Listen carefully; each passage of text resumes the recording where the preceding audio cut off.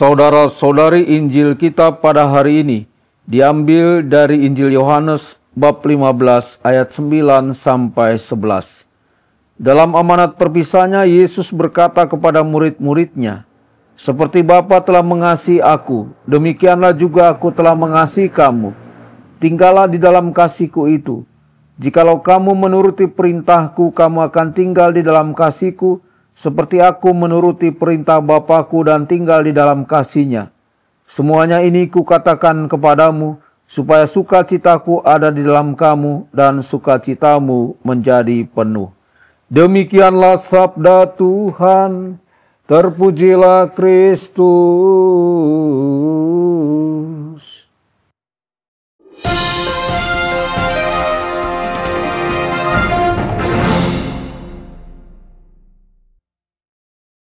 Dalam nama Bapa dan Putra dan Roh Kudus. Amin. Saudara dan saudari terkasih dimanapun Anda berada, jumpa lagi dengan saya Romo Tedens dalam saluran Warta Kabar Sukacita.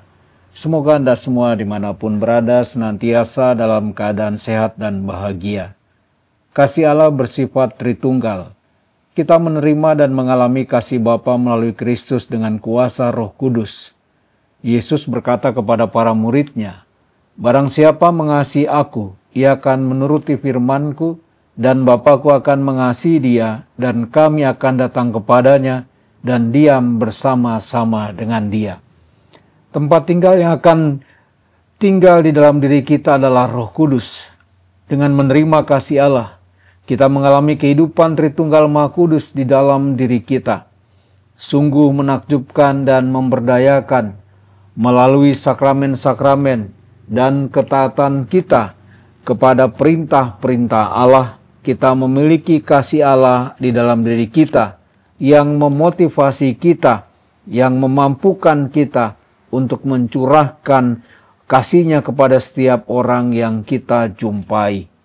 Hubungan kita dengan Tritunggal Maha Kudus adalah apa yang memampukan kita untuk mentaati perintah-perintah-Nya dan menjunjung tinggi perjanjian yang baru dan kekal yang telah ditetapkan oleh Allah Bapa melalui Kristus Putra-Nya. Saudara-saudari, Yesus memberitahu kita dengan jelas bahwa kita tetap berada di dalam kasih Tritunggal ini ketika kita mentaati perintah-perintah-Nya. Kristus memberikan jawaban atas perintah-perintah terbesar dengan menyatukan 10 perintah Allah dan menyempurnakannya dengan kasih.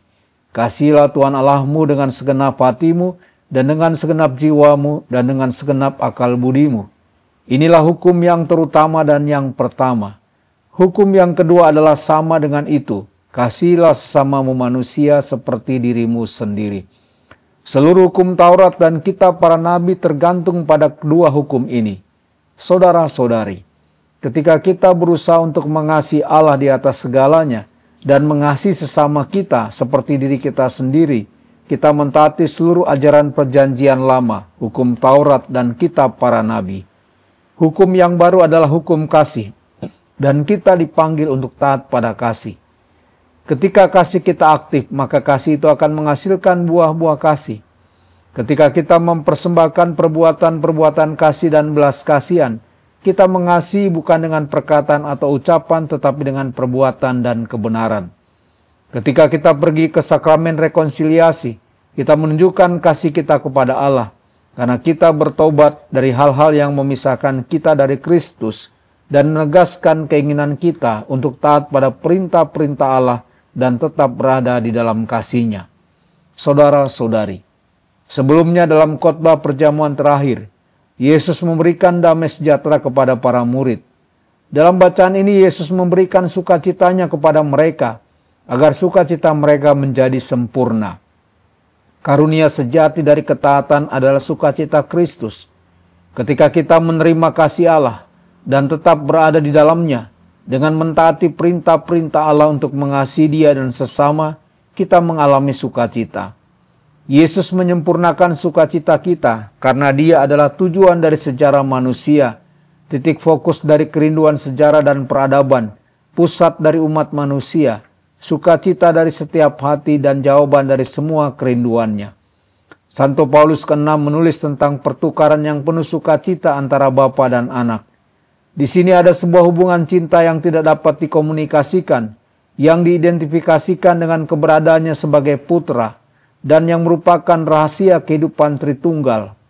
Bapa di sini dilihat sebagai pribadi yang memberikan dirinya kepada putra tanpa syarat dan tanpa henti, dalam kemurahan hati yang menggembirakan, dan putra dilihat sebagai pribadi yang memberikan dirinya dengan cara yang sama kepada Bapa dalam rasa syukur yang menggembirakan di dalam Roh Kudus.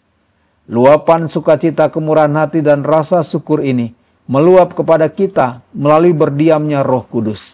Secara misterius kita berbagi dan mengalami sukacita Tuhan dengan cara ini. Tuhan Yesus memberkati dan menyertai Anda semua. Sabda Allah adalah kebenaran. Sabda Allah adalah kehidupan. Mari kita mencintainya, mari kita menghayatinya. Ya Tuhan yang ku muliakan, sabda